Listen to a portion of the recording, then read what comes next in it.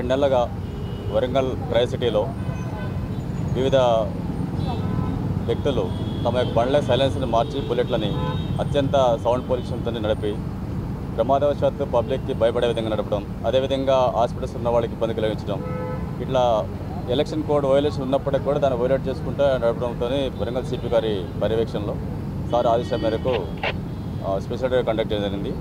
ఇప్పటివరకు మన 262 మన సైలెన్సర్ని స్మాష్ చేయడం జరిగింది.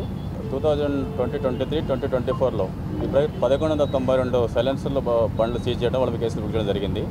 ఇక ముందు ఎవరైనా ఎటువంటి పరిస్థితులు పాటుపడితే కనుక ఆ బండ్లు వాళ్ళ లైసెన్స్ని క్యాన్సిల్ చేయడం కూడా మేము రికమెండ్ చేస్తాం. 3 months పాటు వాళ్ళ లైసెన్స్ క్యాన్సిల్ చేస్తాం, బండి సీజ్ చేస్తాం. అదేవిధంగా మాడిఫైడ్ చేసిన వెహికల్స్ మీద మోటార్ వెహికల్ యాక్ట్ ప్రకారం దాన్ని సీజ్ చేసి కంప్లీట్గా వెహికల్ రోడ్డు నడపకుండా చేయడం ప్రయత్నం చేస్తున్నాం. ఇది అందరికీ చెప్పొచ్చేది ఏంటంటే ఎప్పుడు తల్లిదండ్రులు గమనించాలా, పిల్లల్లో వాళ్ళు ఏం నడుస్తున్నారు, వాళ్ళకి బండి కొనడంలో సరదా కొనిస్తున్నారు, కొనిచ్చిన బండిలో ఏ సైలెన్స్ వాడుతున్నారు, వాళ్ళు పబ్లిక్ అని అవాంతరంగా ప్రవర్తిస్తున్నారు లేదా చెక్ చేసుకోవాలి పేరెంట్స్ కూడా.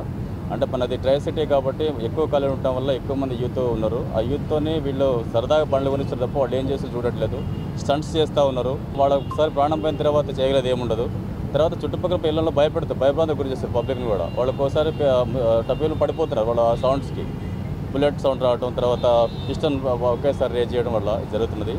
ఇక అందరికీ నేను అప్పీల్ చేసిందంటే డిపార్ట్మెంట్ తరఫున ఎటువంటి సంఘటనలు పాల్పడుతున్నాయి తల్లిదండ్రులు కూడా పేరెంట్స్ కాలేజ్ యాజమాన్యాలు గుర్తించాలా. ఇక ముందు మెకానికల్ వెనుక సైలెన్స్ మోడిఫై చేసి మా దృష్టికి వస్తే మాత్రం వాళ్ళ మెకానిక్ షాప్ కూడా సీజ్ చేయడం జరుగుతుంది. తర్వాత అదేవిధంగా ఎవరైతే నెంబర్లెస్ వెహికల్స్ తిరుగుతున్నారో వాళ్ళని పట్టుకొని వాళ్ళ వేలు ముద్రలు కూడా పరిష్కరించడం జరుగుతుంది. వాళ్ళని సీసెస్ తరలించి వాళ్ళ మీద ఇంతమంది కేసులు ఉన్నాయా, వీళ్ళు ఈ వెహికల్స్ ఎందుకు వాడుతున్నారు, నెంబర్ ఎందుకు పెట్టుకోవడం చేయడం, తర్వాత వాళ్ళ మీద చీటింగ్ కేసులు నమోదు జరుగుతుంది. అందరికి గుర్తించాలా. వితౌట్ వెహికల్ నెంబర్ ట్రావెల్ చేయొద్దు, వితౌట్ హెల్మెట్ ట్రావెల్ చేయొద్దు. అదేవిధంగా ట్రాఫిక్ పాటించే విధంగా చూడాలని చెప్పేసి కోరుతున్నా.